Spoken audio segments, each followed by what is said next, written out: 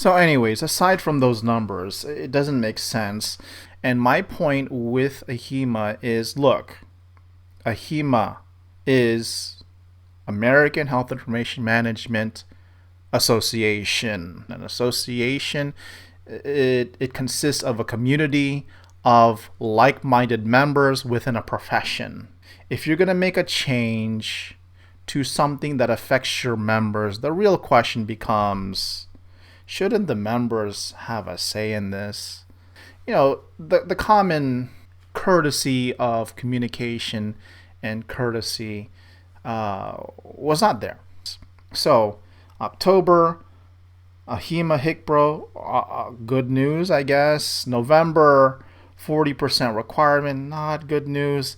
And then December, good news is this new update that came out a day ago. Where was I? I think I was.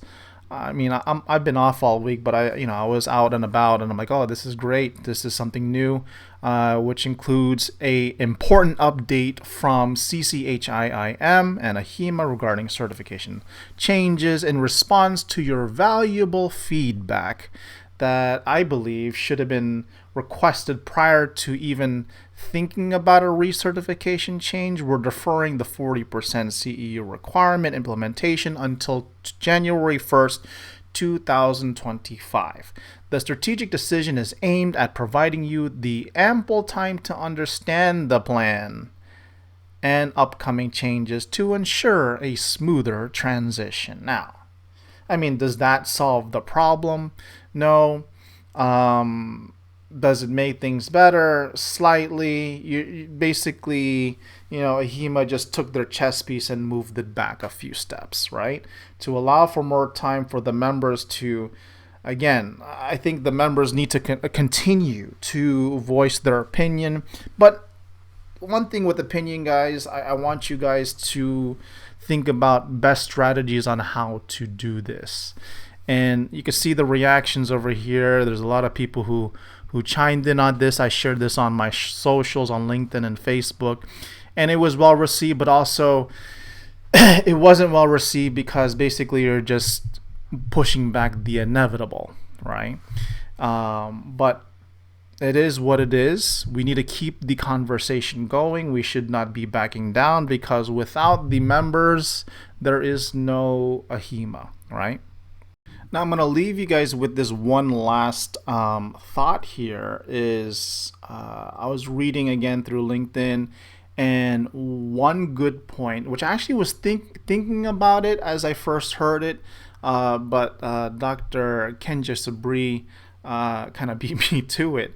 If you think about it, right, if they implement this 40%, now typically what I've done in the past is I've gone to the state associations convention once a year, not twice a year, once a year, almost every other year, to kind of get this. And then I have other methods, free CEUs, whatever and whatnot I would get from AAPC, which allows that. I'm not too sure if that test changed, but I have my methods on getting my CEUs and coming out fine without not necessarily trying to pay so much for CEUs to keep myself certified. I already pay that with a membership that is, I think, close to $200, the bare minimum for an AHIMA membership a year, which I do have to pay pretty soon. But then every year, or I try maybe every other year to go to a state association. So again, 16 to 17, used to be 18, but 16 CEUs a year.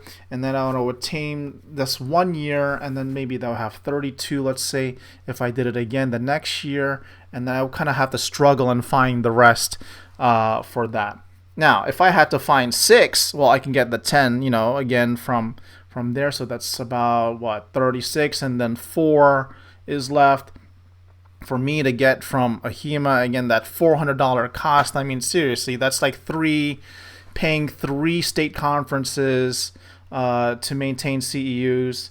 There's no way I'm going to the national conference because that's $1,000 and I have to travel. That it really is not feasible for me. So if you think about it, 3 state associations, the payment would cover for me that has 2 credentials. Now I don't know about those that have 3, and that makes me makes me not want to get a third one. But just for 2, I'd have to pay out the amount of 3 state association conferences, state conferences, to meet my requirement here. Now, if this 40% is implemented, basically you're taking the price of those remaining and saying, hey, you need to go do it in with AHIMA or Liebman Education or American Hospital Association, whatever partner that we have, and pay that same amount and get less CEUs. That doesn't make sense. AHIMA, you need to come out with a better price point. You need to talk to your state associations on this. I mean, shoot, don't you guys have a board of delegation and people who go there? Didn't you guys speak on this?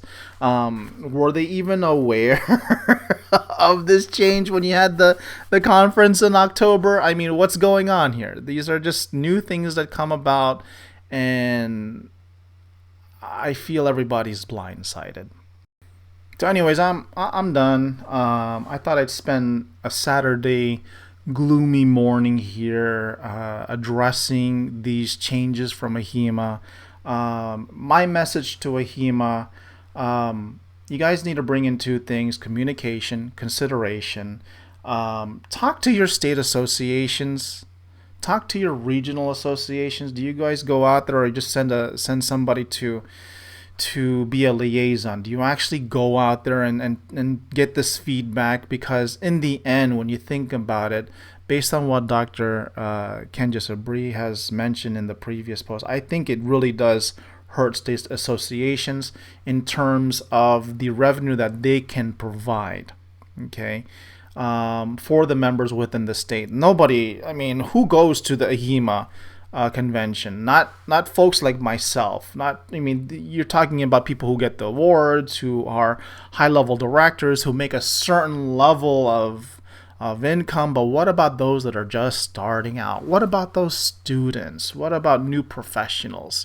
Do you cover for that? I mean, there's a lot of things that you have to think price-wise that I'm sure that you've kind of looked at and kind of made hard decisions on, but look at it again. Communication, consideration.